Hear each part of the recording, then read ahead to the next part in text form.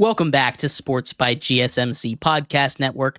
I am your host, Jeremy Lapidus. Today is Tuesday, December 10th. If you are just tuning in, we just finished going over the first half of the NFL Power Rankings, 32-17. In this segment, we finish up the NFL Power Rankings, but before we do that, remember, if you would like to be an even bigger part of the show than you already are, all you need to do is go to gsmcpodcast.net. Or if you are on YouTube, you can use that super chat feature. If you do either of those two things, a message should pop up on the bottom of the screen for you, me, and everybody else around the world to see. If you do have a burning question about sports, anything at all that you would like to ask, go ahead and throw that in the comments. Throw it in the chat. I will get to it as soon as I possibly can. I appreciate everybody so much for sticking around, talking some sports with me here on a beautiful Tuesday, December 10th. But like I was saying, we are going to get into the final half of the NFL Power Rankings here at number 16. The San Francisco 49ers, a big win for them to stay alive in the division race for that NFC West title. They needed that one in the worst way. They had a blowout win against the Bears. They showed me, honestly, what they expected to be at the beginning of the season. I need to see that consistently before I really start to believe in them, but they move up a couple spots into the top half now. At number 15, the Texans. They had a bye week, but a couple teams did surpass them with what they were able to do this week and how much it impressed me.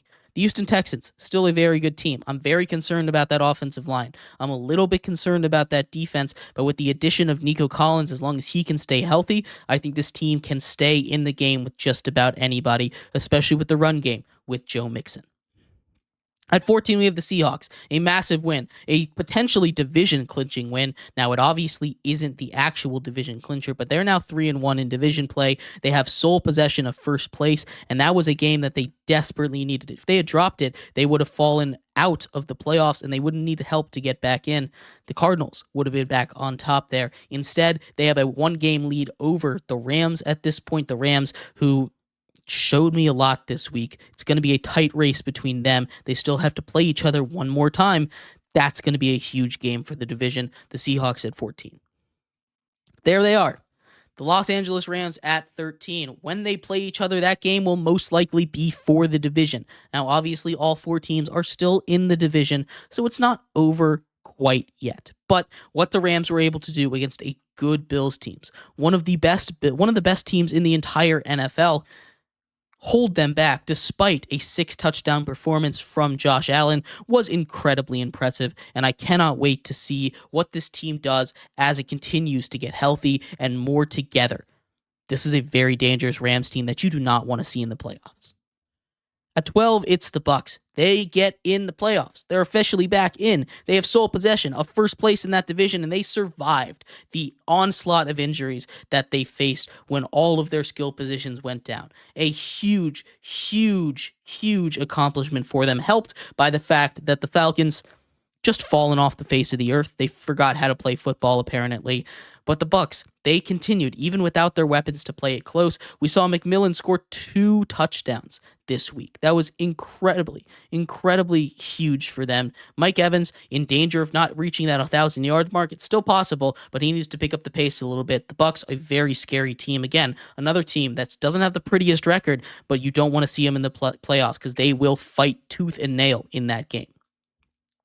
Commanders at 11. They had a bye week, and I know the Bucs beat the Commanders week 1, but I think this is a much different Commanders team now than the week 1 Commanders team. Jaden Daniels in his first game wasn't the same quarterback that he is now already, and I think this is a Commanders team that would beat the Bucs now. This is a Commanders team that still has a shot in the division, and it's an incredibly dangerous team at that. The defense is going to get better with the addition of Marshawn Lattimore, and that's really been the biggest issue. The offense, I don't have too many issues with, especially when they can get the run game going. That's going to be huge for them. Commanders just outside the top 10 at number 11. But getting into that top 10 here, starting off with the Los Angeles Chargers, a tough loss for them. It kind of becomes commonplace with the Chiefs at this point, right? They find a way to win. And we'll talk about the Chiefs when we get to the Chiefs, but the Chargers here, I'm a little bit concerned with. I know they had a very good second half. Scored on all 3 drives in the second half that they had. Touchdown, field goal, touchdown. Another field goal in there as well, getting up to 17 points, right? They got the offense going in the second half, but they just had a first half where they had nothing going. Some dropped passes, some just not the run game without J.K. Dobbins is incredibly, incredibly weak. And that's something that they built their identity around. They need to find a way to supplement that. And Justin Herbert, as good as he is in this scheme, he's not winning games on his own. They need a little bit of help. And number 9 is the Denver Broncos. On a bye week this week, Bo Nix has been incredibly impressive. That offense has been incredibly impressive, but more impressive than that is the defense. It's been really good. Sean Payton has turned this team around just like that. I'm not saying Bo Nix is doing anything fancy or incredible, and I definitely don't think he should be Rookie of the Year. I don't think he should be anywhere near the top 2 guys in Brock Bowers and Jaden Daniels, but he is, because he's a quarterback, and he's playing good ball. He's winning games, and winning games is incredibly important when it comes to award seasons. We'll see what happens down the stretch for the Broncos. They're not clinched in the playoffs. They've got to stay hot right now. At 8, we have the Packers. A tough loss again for them to the Lions. They lose on a walk-off field goal. They're still a really good team. Still undoubtedly a top 10 team, in my opinion. The way that Josh Jacobs has been playing football as of late has been incredible, but they're going to need help to beat some of those top teams, and I don't know if they're real Super Bowl contenders right now. Getting into, I think, these top 7, maybe not quite, but these are the teams that are fringe to Super Bowl contenders, right? And this is where we start with the Baltimore Ravens. If they get hot, if Lamar Jackson does his thing, if Derrick Henry is Derrick Henry in any given game, they can win.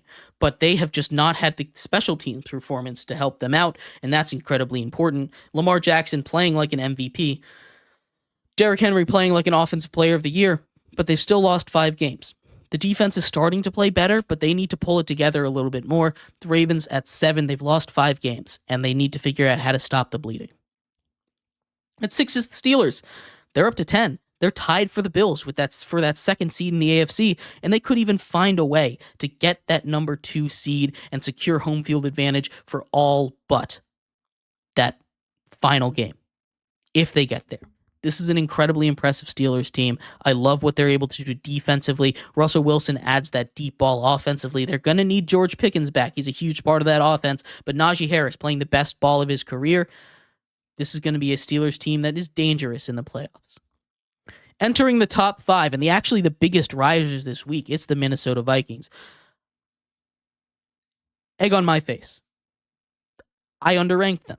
They were at number 10. This is a Minnesota Vikings team that now in double-digit wins, they are the third. They're the 5th seed in the NFC, but they have the 3rd best record in the NFC there. Incredibly, incredibly solid team for that Minnesota Vikings. The defense is a top 10 unit. The offense, arguably a top 10 unit. And when everything is clicking, they are Super Bowl contenders this year. This is a really, really good Vikings team. At 4, we have the Chiefs.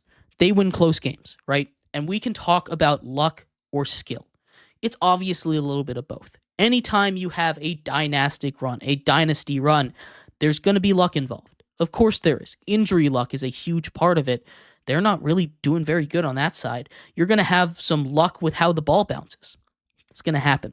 But 15 straight one-possession wins, 10 one-possession wins this season, 10-0 overall with one-possession games, that's lucky. But it's also skill. And I'm here to tell you this is a good Chiefs team.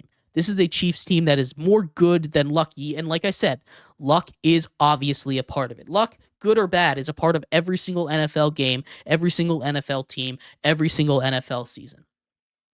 But this is a team that makes that luck look like it's magic because of how good they are, right? They get slightly above average luck, slightly. But then they compound it with their skill, with Patrick Mahomes, the best quarterback in the league, with their defense, especially that run defense, and their ability to sustain long drives offensively.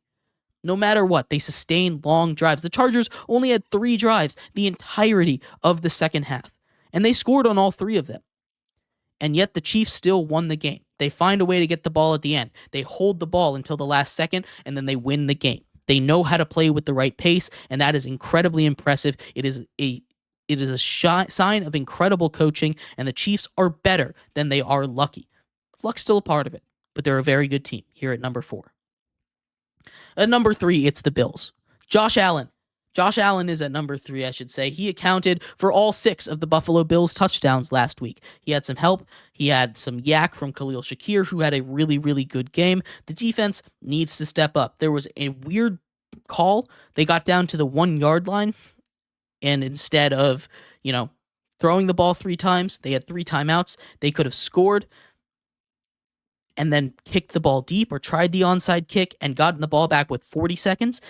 Instead, they run a QB sneak, which honestly, I don't have much of a problem with. Honestly, I would thought about running a QB sneak immediately. They did it. It didn't work.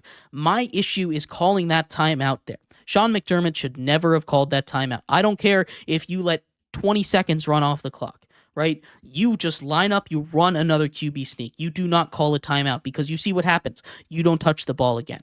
Instead of getting the ball back with 20 seconds potentially, if you just let that play clock run and run another QB sneak, you now don't see the ball again. And that's just a blunder by Sean McDermott and the Bills, and it's why they lost this game. Now, they probably wouldn't have won that game anyway. But who am I to say? The way that Josh Allen was playing football, they might have found a way to do it. He's in the MVP conversation. Josh Allen and the Bills are at number 3.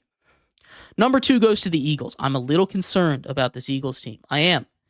That defense, best in the league. Not concerned about that. The running game, one of the best in the league. You have an MVP candidate at running back. Not concerned about that. The offensive line, definitely not concerned about that. What I am concerned about is with the passing game. There is some tension in that wide receiver room between A.J. Brown and Jalen Hurts.